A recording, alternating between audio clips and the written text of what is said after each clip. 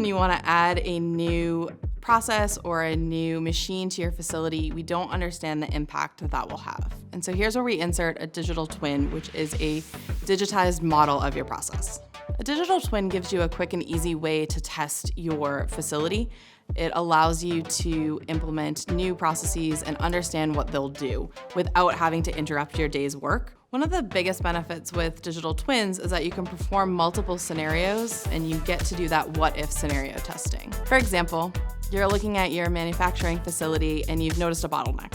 You have the option to add 3 machines, but wouldn't it be nice to know which of those 3 machines will actually give you the biggest benefit? So with the digital twin, you can perform those scenario analyses and make the most out of your investment. The last benefit of digital twins is that it's easily integrated with different machine learning models, so you can get to the point of predictive maintenance and couple that with the scenario testing to truly understand what's happening at your facility.